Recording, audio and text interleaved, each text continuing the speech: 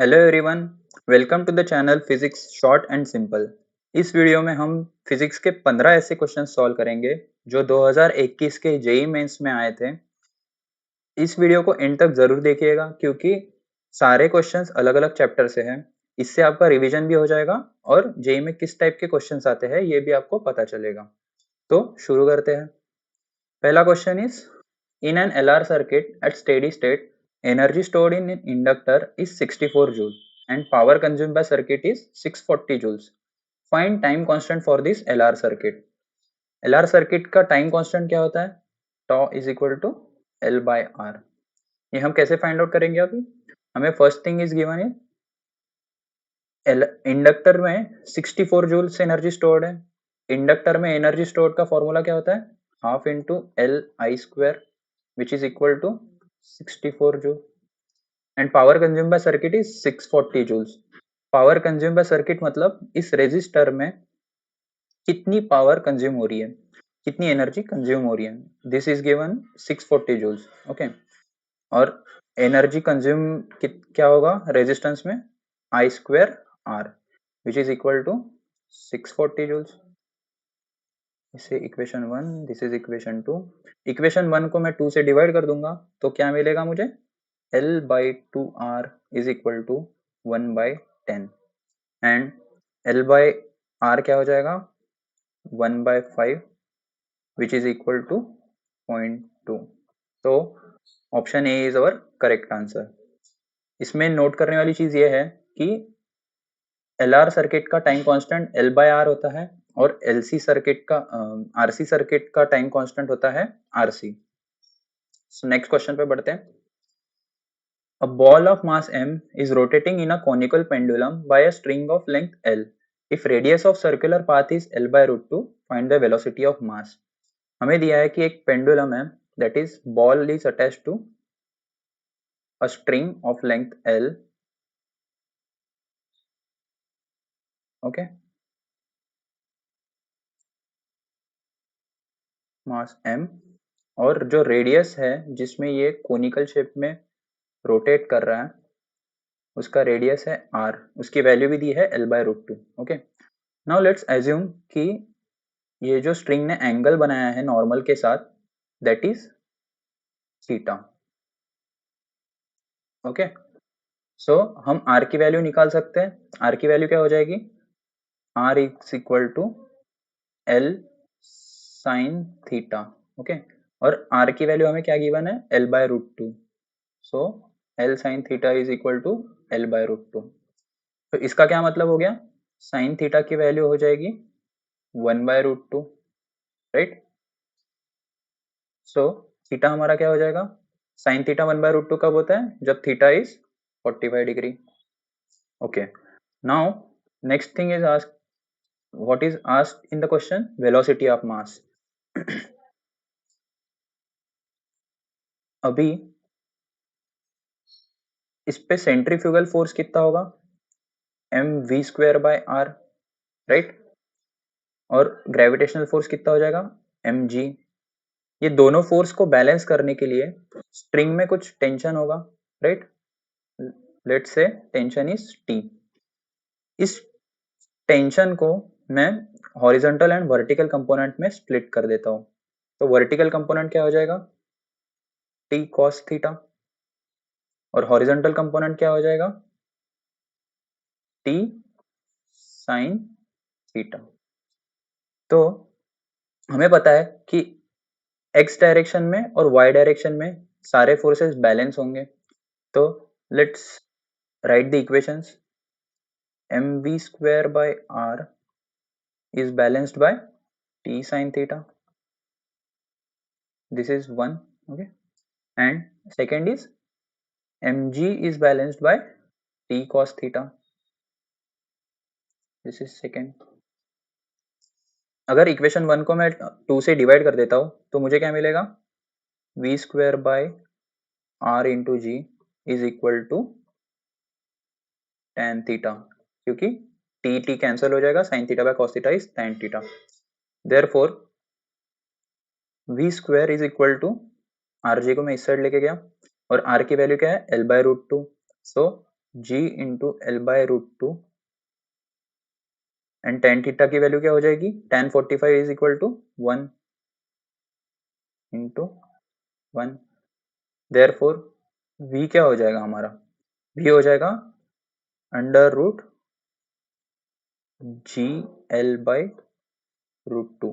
Okay, ये √2 जो है वो भी रूट के अंदर रहेगा, तो हमारा आंसर हो जाएगा option D.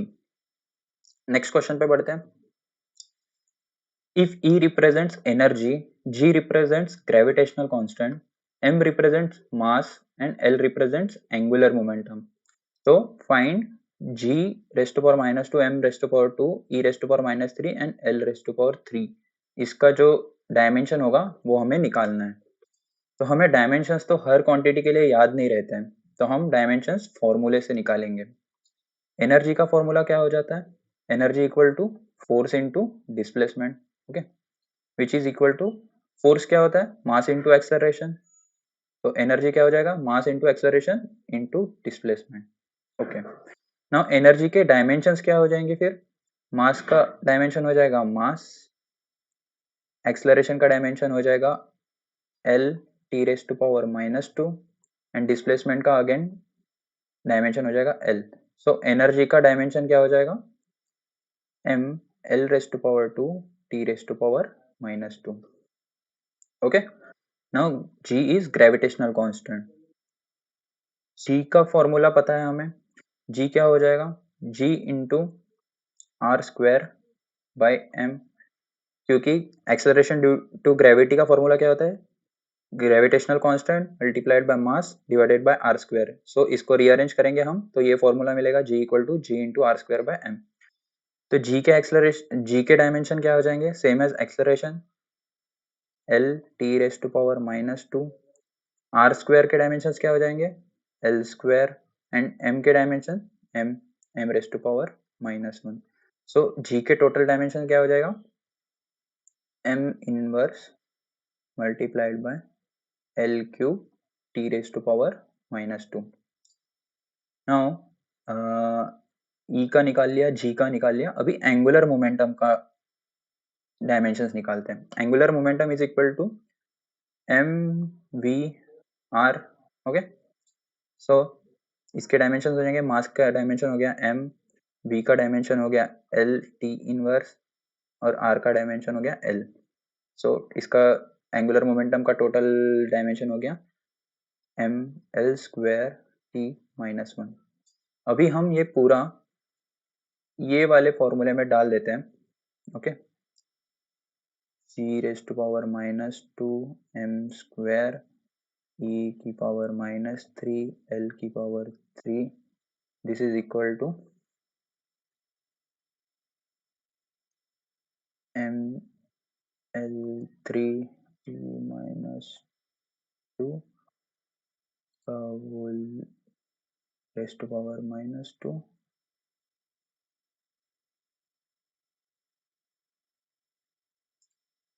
Multiplied by M square multiplied by E की पावर -3, ई का है हमारा M L square T raise to power -2 का whole -3। Okay, and angular momentum के डायमेंशंस निकाले हैं हमने, एम एल स्क्वायर टी की पावर -1 इसकी होल पावर 3। अभी हम टोटल एक साथ कंसोलिडेट कर लेते हैं, क्या क्या हो जाएगा, m की पावर क्या हो जाएगी, -1 into -2 is 2 plus 2 into m raise to power -3 is -3 and m raise to power 3 is +3। Okay, l की क्या पावर हो जाएगी, 3 into -2 is -6, 2 into -3 is -6 and 2 into 3 is 6।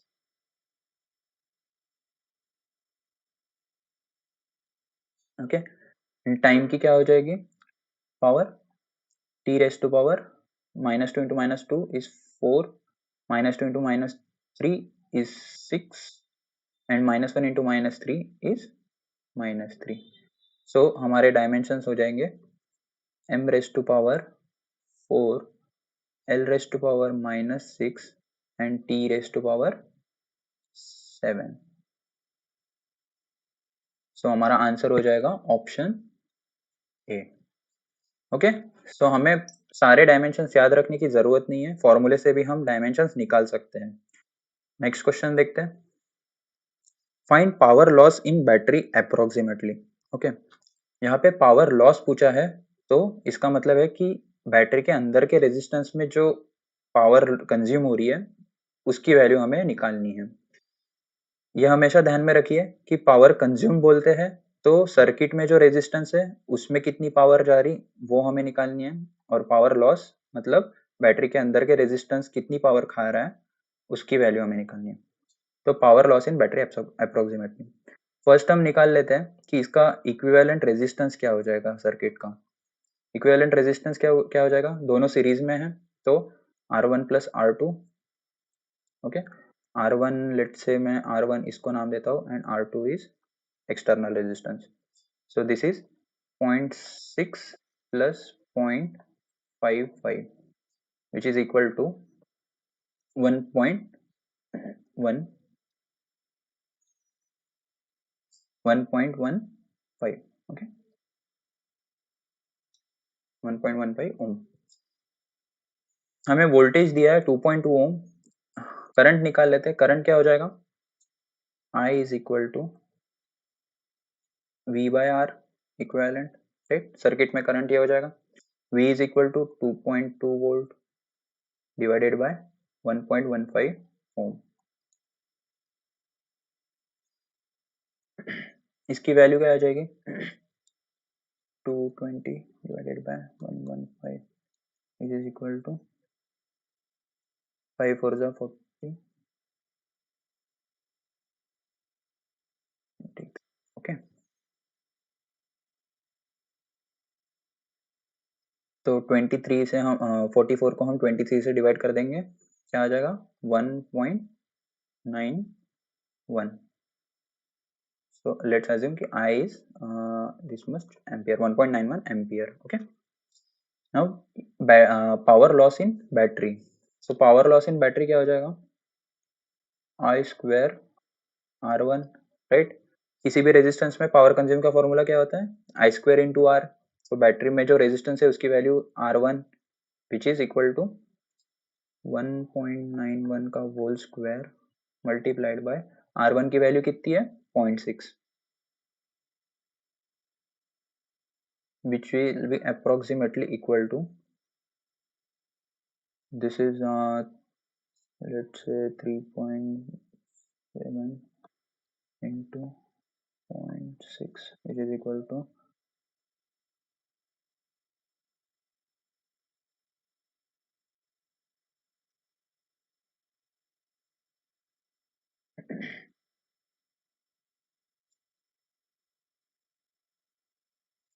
तो हमारा ऑप्शन आंसर हो जाएगा 2.2 वॉट्स. ओके, कैलकुलेशंस हमेशा अप्रोक्सीमेशंस में करने हैं, तो जो भी क्लोजेस्ट आंसर रहेगा वो हम मार्क कर देंगे. Next question is which logic gate is this. यहाँ पे दो नैंड गेट्स के जो आउटपुट है वो एक एंड गेट को इनपुट है. ठीक है, so let's this is first gate, second gate and this is third gate. Okay, so first gate का आउटपुट जो है उसको मैं C से रिप्रेजेंट करूंगा और सेकेंड गेट का जो आउटपुट है उसको मैं D से रिप्रेजेंट करूंगा. So what will be the output of C with respect to A. Okay, जब A दोनों मतलब A जब निगेटिव रहेगा, सॉरी A जब 0 रहेगा तब C की वैल्यू पॉजिटिव रहेगी because this is NAND gate and इसमें एक ही इनपुट है. तो C की वैल्यू क्या हो जाएगी, A complement into A complement. Right, similarly D की क्या वैल्यू हो जाएगी, D की वैल्यू हो जाएगी B complement into B complement. So C is equal to A complement, क्योंकि A complement into A complement is A complement and D की value हो जाएगी B complement into B complement which is equal to B complement. अभी यहाँ पे important चीज ये है कि हमारे जो 4 टाइप्स के गेट होते हैं, एंड, और, नॉर और नैंड, इनके हमें इनके हमें आउटपुट किस फॉर्म में रहते हैं वो पता रहना जरूरी है। ठीक है, तो लेट्स से इन सबका जो इनपुट है ए और बी के टर्म्स में है, तो एंड गेट का आउटपुट क्या हो जाता है, A into B. Okay, OR gate का क्या हो जाता है, A plus B. NOR gate का नॉर गेट का आउटपुट क्या होता है, ए प्लस बी का complement. Okay, NOR gate is reverse of OR gate. Okay, complement of OR gate, and NAND gate is complement of AND gate. So NAND gate का output क्या हो जाएगा, ए dot B का पूरा का complement. ठीक है, सो हमें y क्या होगा, अभी c और d की वैल्यू तो हमने निकाल ली, अभी निकालने हैं y की वैल्यू। y क्या हो जाएगा, y is the output of AND gate, right? The third gate is AND gate. So y को मैं सीधा सीधा लिख सकता हूँ c into d। Okay, c और d की वैल्यू हमें पता है, y is equal to a complement dot b complement which is also equal to a plus b का पूरे का कॉम्प्लीमेंट। नाउ हमें पता है a प्लस बी का कॉम्प्लीमेंट किस गेट का आउटपुट होता है, नॉर गेट का। सो हम ये ओवरऑल जो गेट है इसको हम रिप्लेस कर सकते हैं नॉर गेट से। सो हमारा आंसर हो जाएगा नॉर गेट।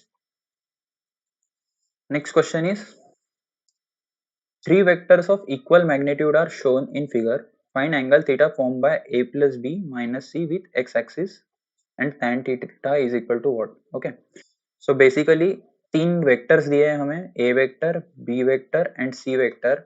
इनका जो रिजल्टेंट आएगा वो वो जो नॉर्मल के साथ एंगल बनाएगा उसका हमें tan थीटा निकालना है।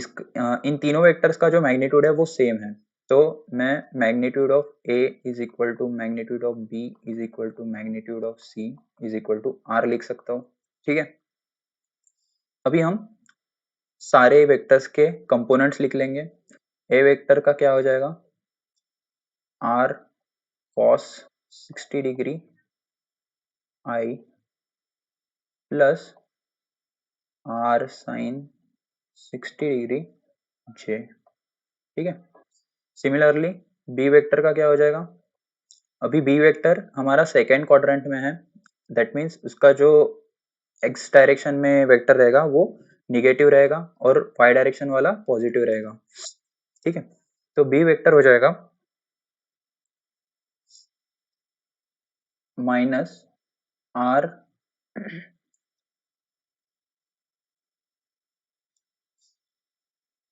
बी वेक्टर हो जाएगा, इसका हॉरिजॉन्टल कंपोनेंट हो जाएगा minus R cos 45 degree I plus R sine 45 degree जे।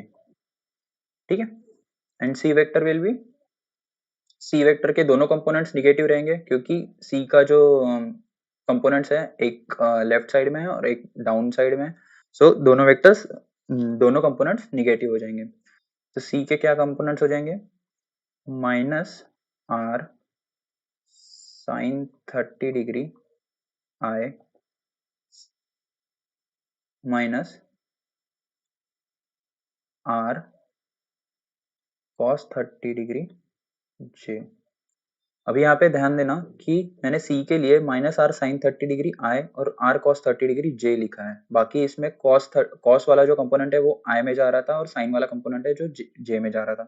तो यहाँ पे एंगल देख लीजिए, एंगल यहाँ पे वर्टिकल वर्टिकल लाइन के साथ है 30 डिग्री और बाकी दो वेक्टर्स में हॉरिजॉन्टल लाइन के साथ है। तो ये चीज ध्यान में रखना कि एंगल कौन से लाइन से है या फिर कौन से डायरेक्शन से एंगल मेजर किया है, उस हिसाब से हमारे कंपोनेंट्स कंपोनेंट्स की वैल्यू भी चेंज होगी। ठीक है,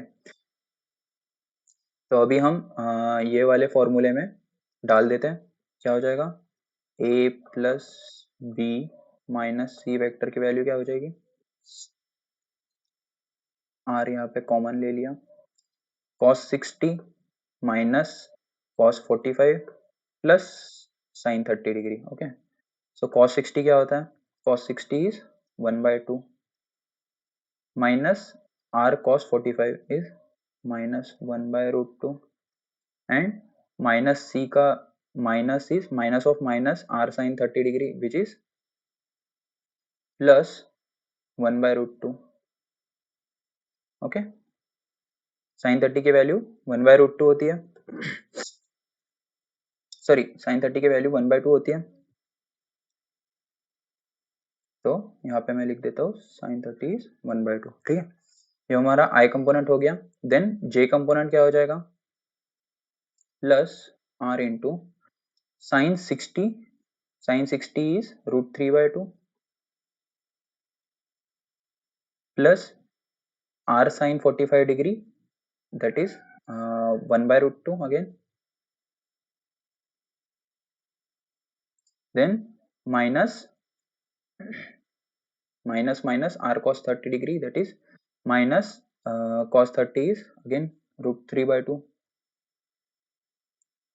plus √3/j.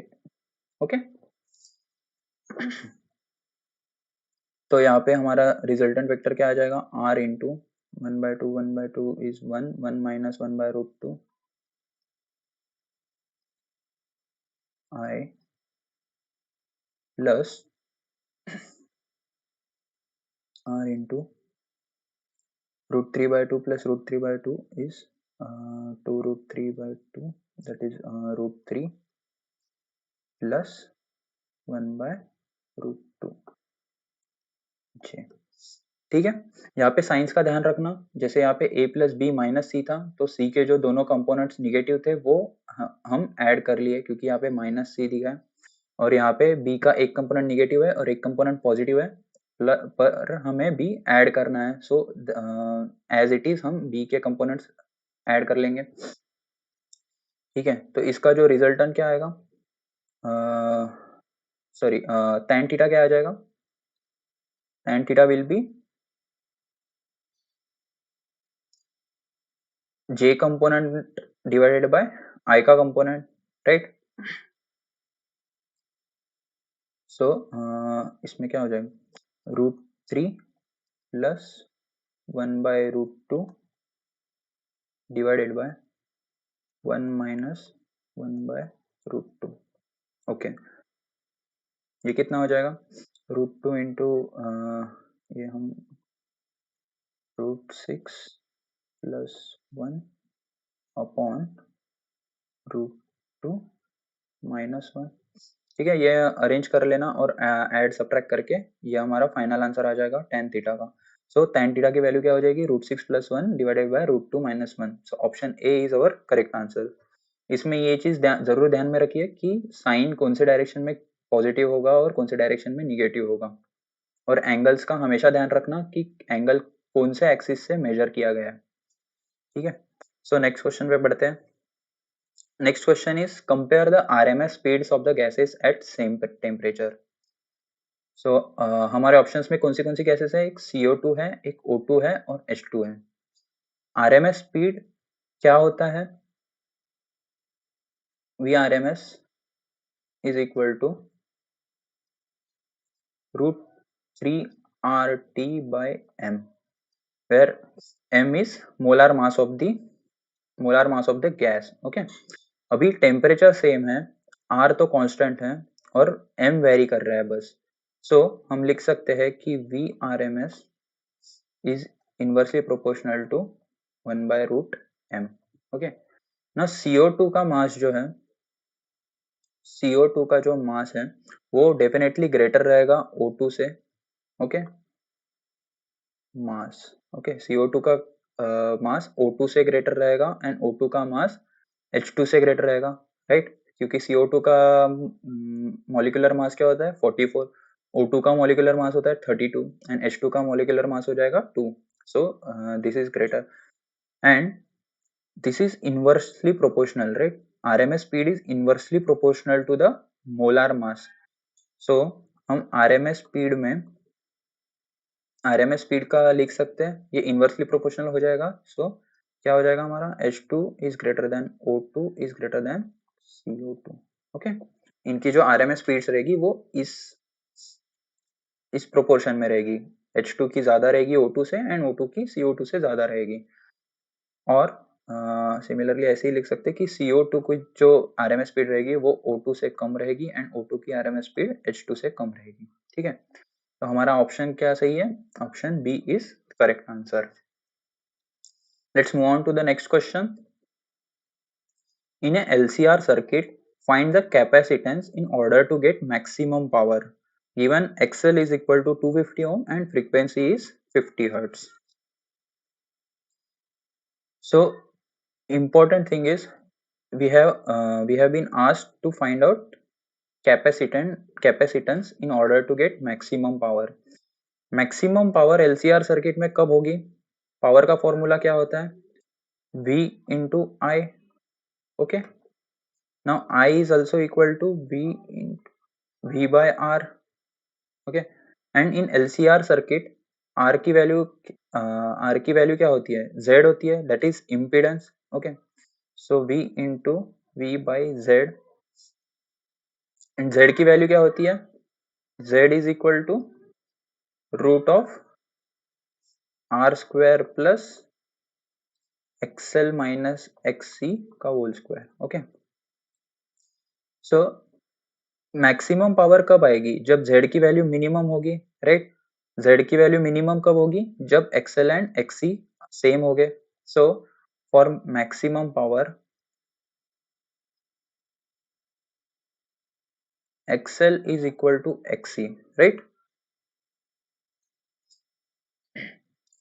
Now XL दिया है हमें 250 ohm and XC is equal to 1 by omega C, right, और is equal to 1 by 2 pi f into C. ठीक है, ओमेगा की वैल्यू 2 pi f होती है, राइट. सो हम इक्वेशन में डाल सकते हैं XL is equal to XC and XC is equal to 1 by 2 pi FC.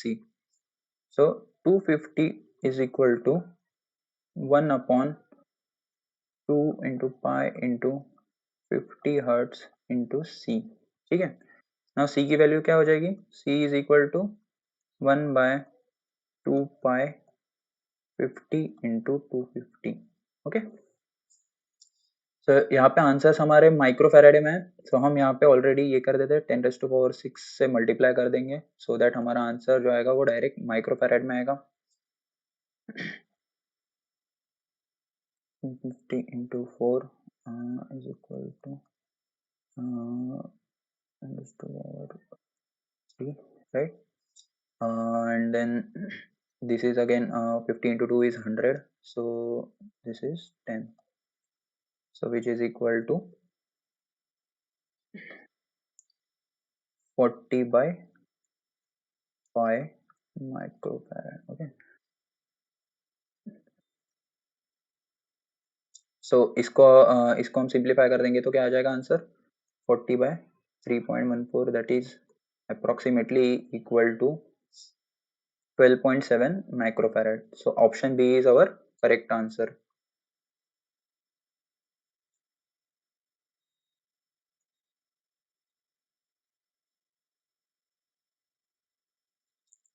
ठीक है, तो ये हमेशा ध्यान रखिए, for maximum power XL is always equal to XC in LCR circuit. ये भी कहाँ से आया, ये हमने देख लिया, क्योंकि इम्पीडेंस जो है वो मिनिमम होना चाहिए to get the maximum power output, and impedance minimum तभी होगा जब एक्सएल एंड एक्सी सेम होंगे. ठीक है, that is inductive resistance and capacitive resistance R equal. Next question पे बढ़ते हैं. Next question is, badminton is in a shape of ring connected with a handle which is rod. Radius of ring is r, length of rod is 6r, and mass of ring is m, and mass of rod is m. So moment of inertia of system about axis passing from a point at r by 2 from end perpendicular to the ring plane. ठीक है, ये question में हमें दिया है कि एक badminton है जिसका इसका जो ऊपर वाला हिस्सा होता है वो रिंग शेप में है एंड जो हैंडल है वो रॉड शेप में है. ठीक है, और हमें इस पूरे बैडमिंटन का मोमेंट ऑफ इनर्शिया निकालना है. About the axis passing from r/2 distance from the and, ठीक है। एंड से r/2 डिस्टेंस पे एक एक्सिस है which is also perpendicular to the ring of the plane. That means अगर आप ये इमेज देख रहे हैं तो into the plane is your axis of rotation, ठीक है। इसके अबाउट हमारा मोमेंट ऑफ इनर्शिया निकालना है। तो हम डायग्राम ड्रॉ कर लेते हैं।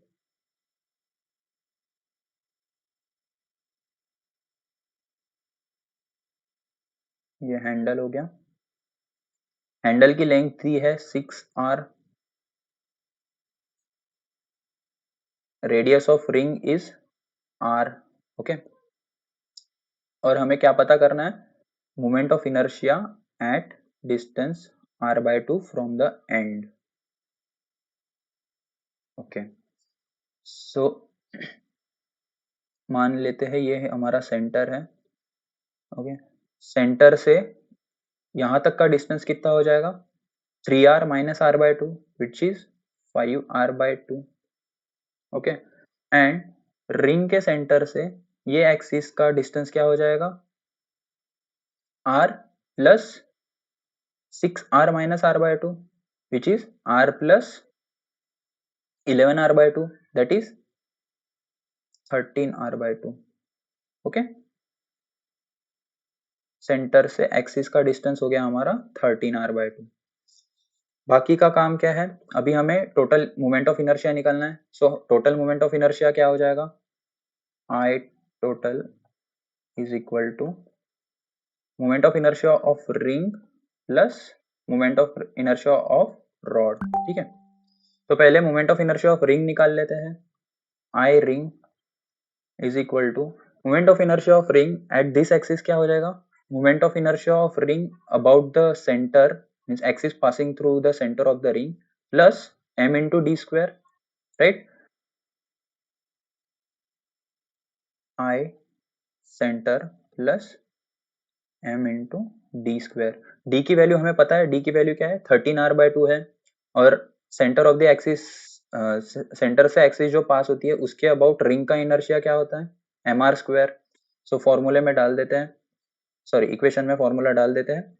And I0 is mr² plus md² will be m into d की वैल्यू है 13r/2, so d square will be 169 r² by 4, okay.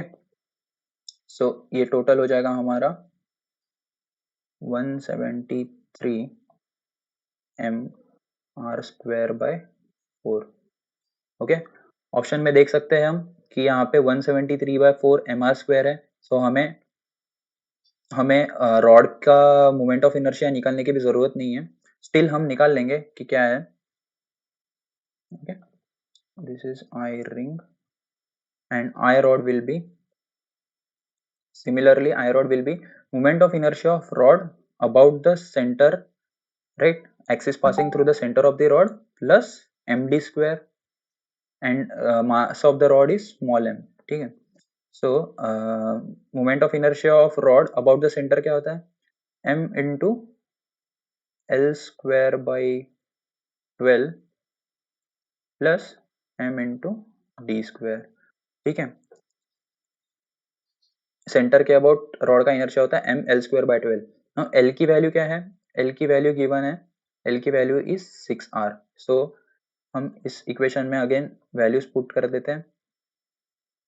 m into 6r is 36r² divided by 12 plus m into d की value क्या है, D की value is 5r/2 क्योंकि centre of the rod से axis तक का distance क्या है, 5r/2। सो ये हो जाएगा d² हो जाएगा 25r² बाय 4। सो हमारा आई रॉड हो जाएगा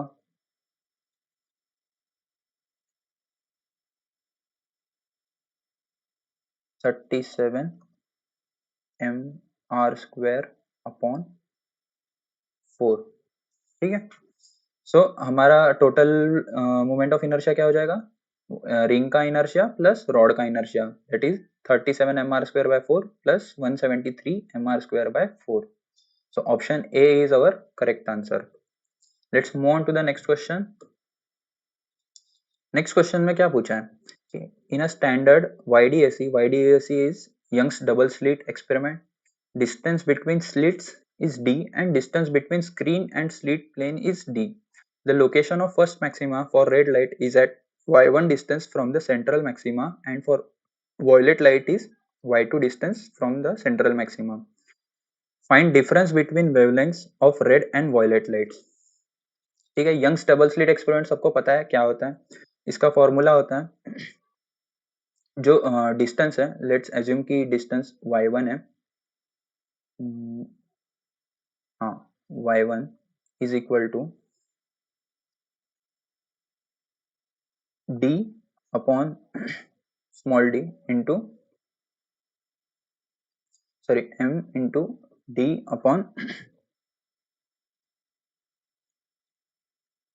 एक सेकेंड. जो डिस्टेंस फ्रॉम सेंट्रल मैक्सिमा आता है वो कैसे निकालते हैं हम, y is equal to m into lambda into d upon small d. Small d is the distance between the slits and capital D is the distance of the screen from the double slit plane. ठीक है. So हमें क्या given है, y1 is the distance when red light was passed. So y1 equal to m lambda 1 into d by d. M is the number of maxima. So यहाँ पे m की value क्या हो जाएगी, 1 हो जाएगी. So y1 equal to lambda 1 into d upon d. Similarly y2 क्या हो जाएगा, lambda 2 into d by d. ठीक है. अभी क्या पूछा है, find the difference between wavelengths of red and violet lights.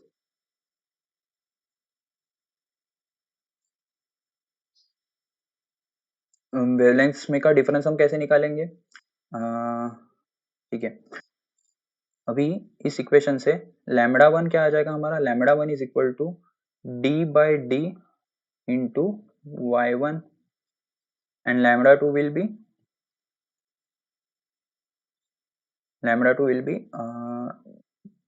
d by d into y2. Therefore difference in the wavelengths क्या हो जाएगा, lambda 1 minus lambda 2 is equal to d upon d multiplied by y1 minus. ठीक है. सो ये हमारा option क्या हो जाएगा, correct option will be option C. So this is very easy. बस ये याद रखना है कि जो सेंटर से डिस्टेंस होता है उसका फॉर्मूला क्या है, y is equal to m into lambda d by D, where m is the number of the maxima. ठीक है. यहाँ पे हमें फर्स्ट मैक्सिमा के लिए पूछा था, सो हमने m की वैल्यू 1 डाल दी थी. Okay. So next question is a rocket of mass 1000 kg starts by burning fuel at relative velocity 500 meter per second. If it accelerates at a rate of 20 meter per second square, find the rate at which fuel is burning in kg per second. ठीक है. तो rocket का mass given है 1000 kg, velocity given है 500 metre per second and acceleration given is 20 metre per second. तो rocket जब fuel burn करता है तो उसके वजह से जो एक्सेलरेशन आता है उसकी वैल्यू क्या होती है,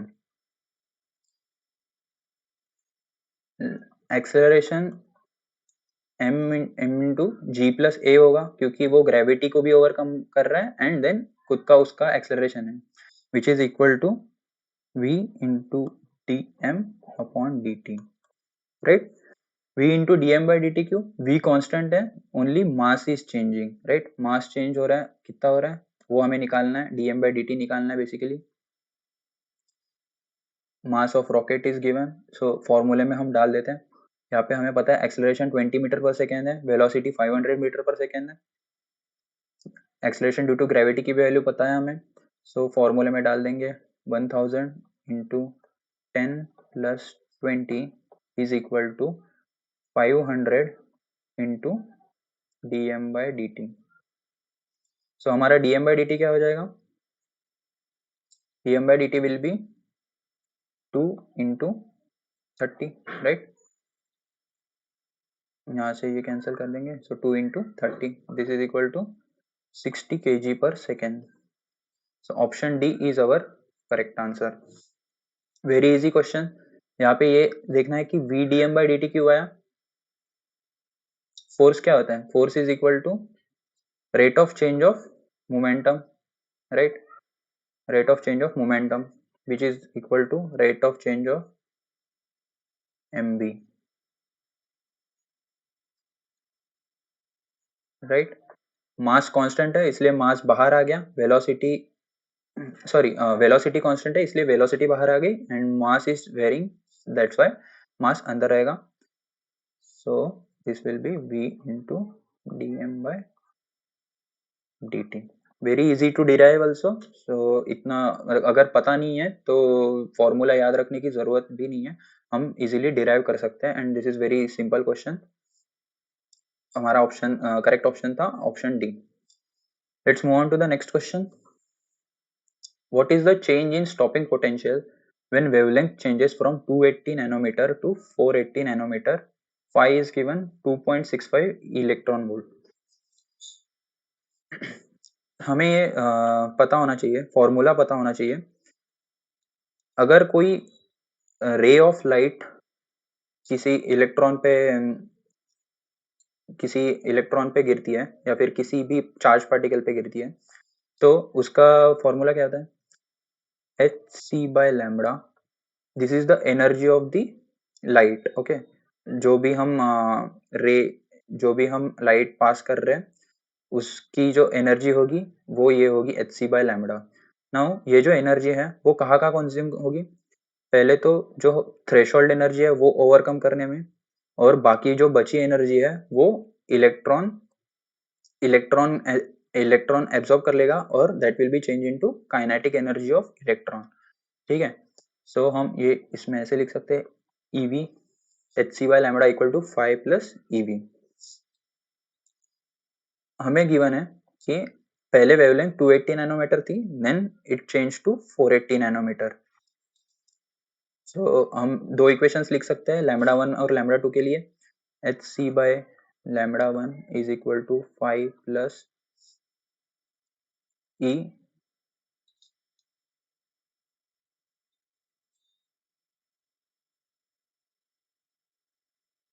into V1।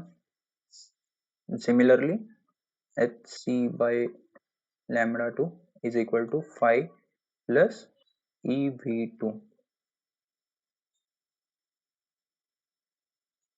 Now let's subtract equation 1 minus 2।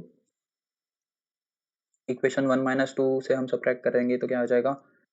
hc into 1 by lambda 1 minus 1 by lambda 2 is equal to E into V1 minus V2, ठीक है? ना अभी हमें क्या पता करना है? स्टॉपिंग पोटेंशियल में क्या चेंज आएगा? सो स्टॉपिंग पोटेंशियल में चेंज आ जाएगा ये V1 minus V2 which is let's see delta V is equal to hc by E multiplied by 1 minus 280 minus 1 by 480। This is equal to delta V is equal to now hc by E। hc जब electron volts में लिखते हैं तो उसकी value हो जाती है 1240 E into V nanometre. अगर वेवलेंथ नैनोमीटर में गिवन है तो hc की वैल्यू हम लिख सकते हैं 1240 इलेक्ट्रिक का चार्ज देन इलेक्ट्रॉन का charge then volts multiplied by nanometre,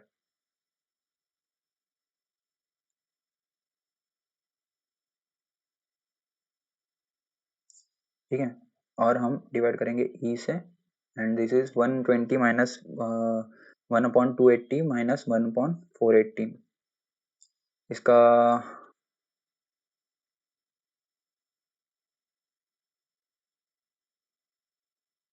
48 minus 28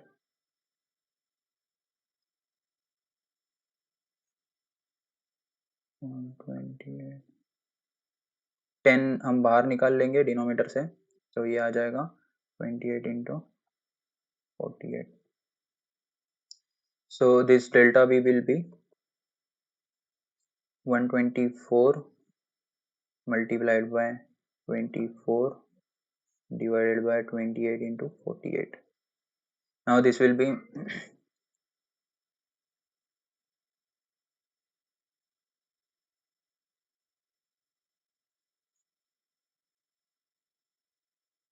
इसको हम सॉल्व करेंगे तो इसका आंसर क्या आ जाएगा?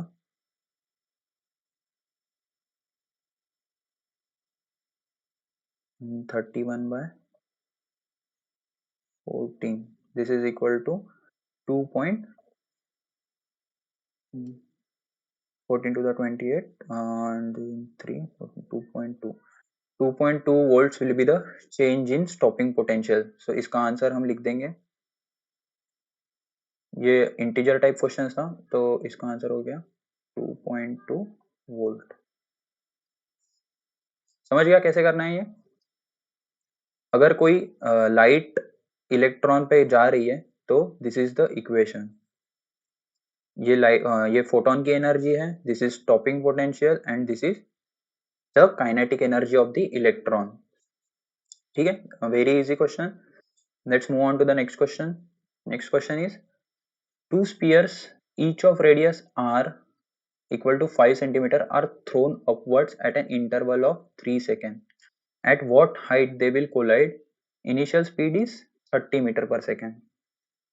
Now radius 5 centimeter के spheres है दो, so we can assume that they are point masses. ठीक है, let's assume कि एक मास पहले फेंक दिया, फिर दूसरा स्पीयर बाद में फेंका at an interval of 3 second. So मैं इसको फर्स्ट मानता हूँ क्योंकि ये ऊपर रहेगा हमेशा, 3 सेकेंड पहले फेंका है तो, और जो सेकेंड मास है वो इसके नीचे रहेगा हमेशा क्योंकि ये बाद में फेंका है। ठीक है, हम मानते हैं कि एट t इक्वल टू 0 ये वाला मास फेंका गया था। ठीक है, सो डेफिनेटली ये मास कब फेंका गया था? t माइनस 3 पे, राइट। अभी ये दोनों कब कोलाइड होंगे? जब S2 माइनस S1 0 होगा। S2 and S1 are heights, respective heights at the same time, right? Let's write equations for the heights achieved by the spheres. So S1 की height क्या हो जाएगी? S is equal to ut plus half at square, right? So S1 will be equal to, initial speed क्या थी? Initial speed 30 metre per second दोनों वो balls की, सो 30 into T is T minus 3, right, क्योंकि T equal to 0। यहाँ पे t equal to 0 हमने consider किया है जब m2 फेंका गया था, प्लस सॉरी यहाँ पे हमें t की वैल्यू पता नहीं है, t की वैल्यू निकालना है। ठीक है, so t minus 3 plus half g, half into sorry ये माइनस g होगा,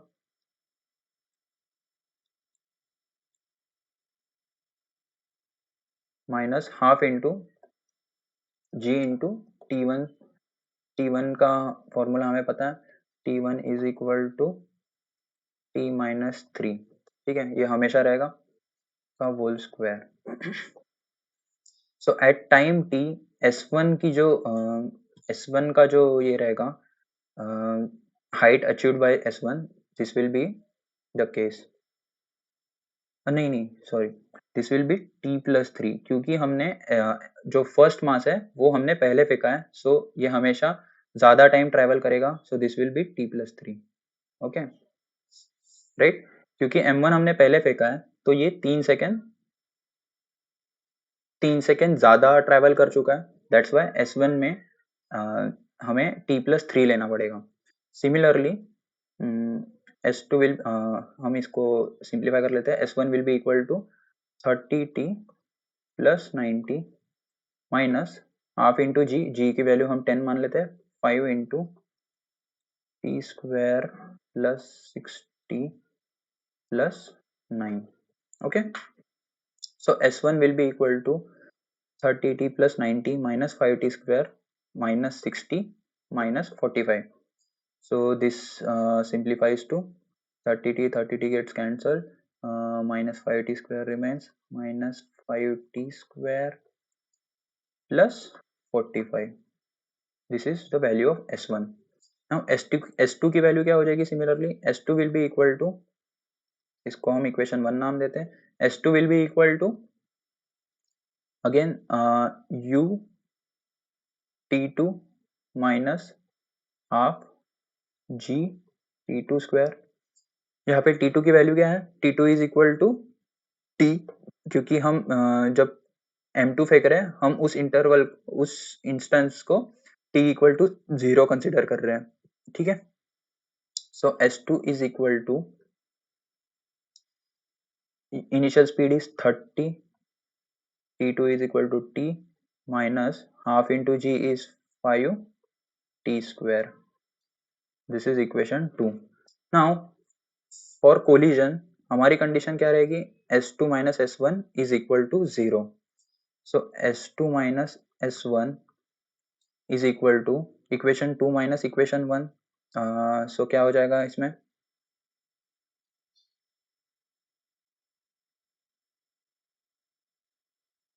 सॉरी, ये यहाँ पे 30t होगा और यहाँ पे minus 5t² होगा। S2 minus S1 will be equation 2 minus equation 1. So this is 30t minus 5t² minus 5t² plus 45। Okay, so ये क्या आ जाएगा? 30t minus 5t² minus 5t² minus 5t² will be cancelled, 30t minus 45t, sorry, plus minus 45. This will be equal to 0, right? So 30t is equal to 45. This implies t is equal to 1.5 second, right? So at 1.5 second after the second ball is thrown, they will collide, right? So हमें क्या पूछा है? At what height they will collide. So हम अगर निकाल लेते हैं, S2 निकाल लेते हैं, that is height achieved by the second ball after 1.5 second, we will get कि किस हाइट पे वो दोनों बॉल्स कोलाइड हुए। सो S2 will be equal to, S2 का फॉर्मूला हमें पता है, this is 30t minus 5t²। सो हम डाल देते हैं 30 into t is 1.5 minus 5 into 1.5 का whole square, this is equal to 45 minus 1.5 का स्क्वायर हो जाता है 2.25 multiplied by 5 into 2.25 which is equal to 45 minus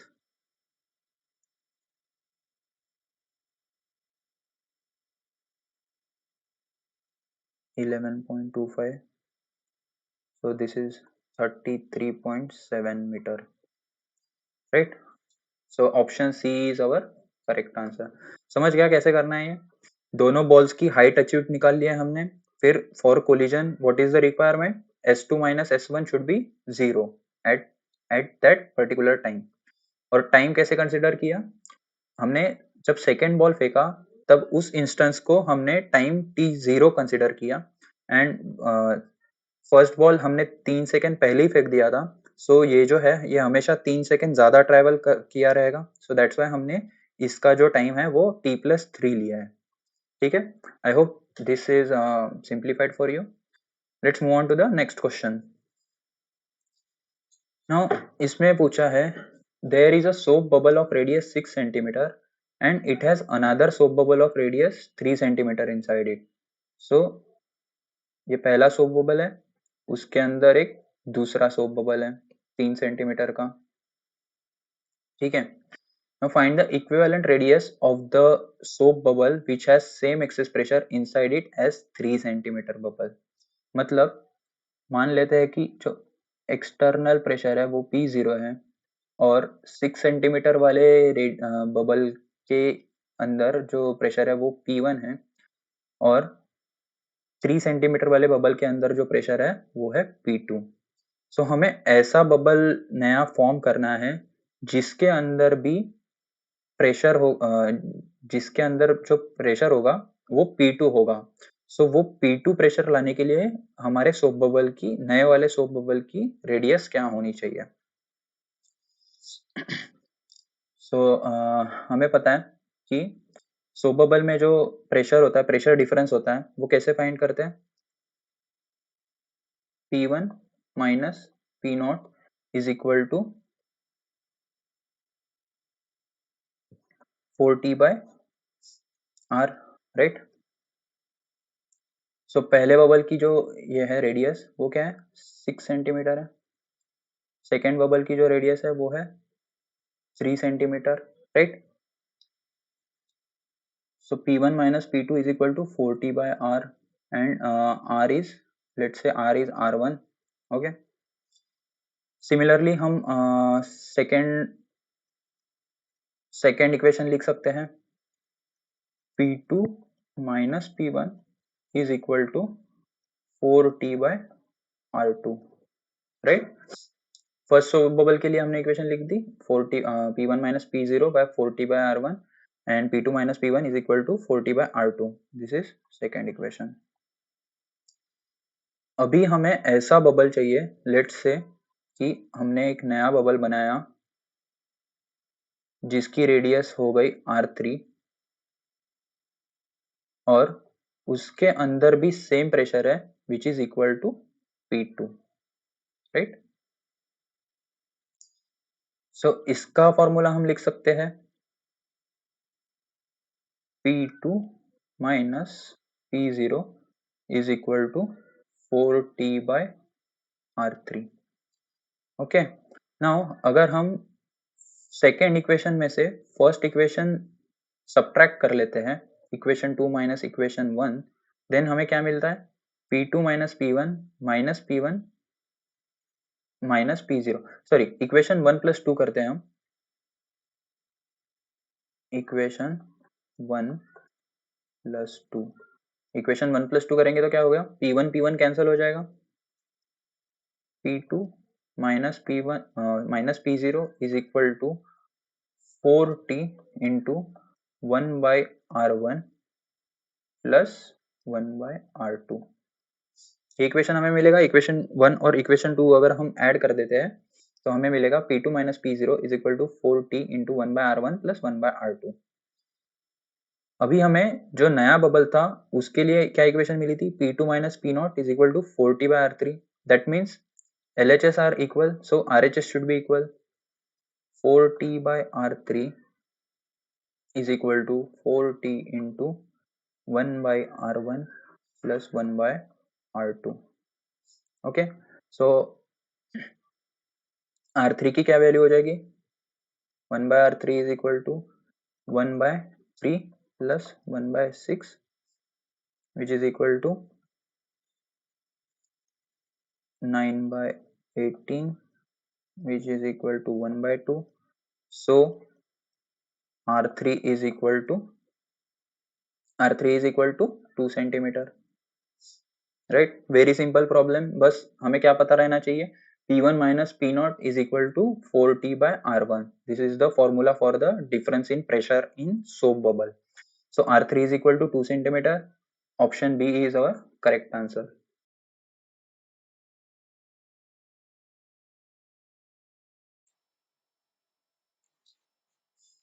next question पे हम मूव करते हैं। नेक्स्ट क्वेश्चन में पूछा है कि find the amplitude of resultant wave formed by the two waves given as y1 equal to 5 sin omega t minus kx and y2 is equal to 12 sin omega t minus kx plus 2 pi by 3. So basically resultant wave जो form होगी इन दोनों के super imposition से उनका हमें amplitude निकालना है. So what is y1 is equal to a1 sin omega t minus kx and y2 is equal to a2 sin omega T minus के एक्स प्लस 5. यहाँ पे 5 की वैल्यू क्या है 2 पाई बाय 3. ओके, सो इनका जो रिजल्टेंट वेव होगा उसका एम्पलीट्यूड क्या होगा. उसका एम्पलीट्यूड का सिंपल फॉर्मूला है A resultant is equal to under root a1 square plus a2 square plus 2a1 a2 cos 5.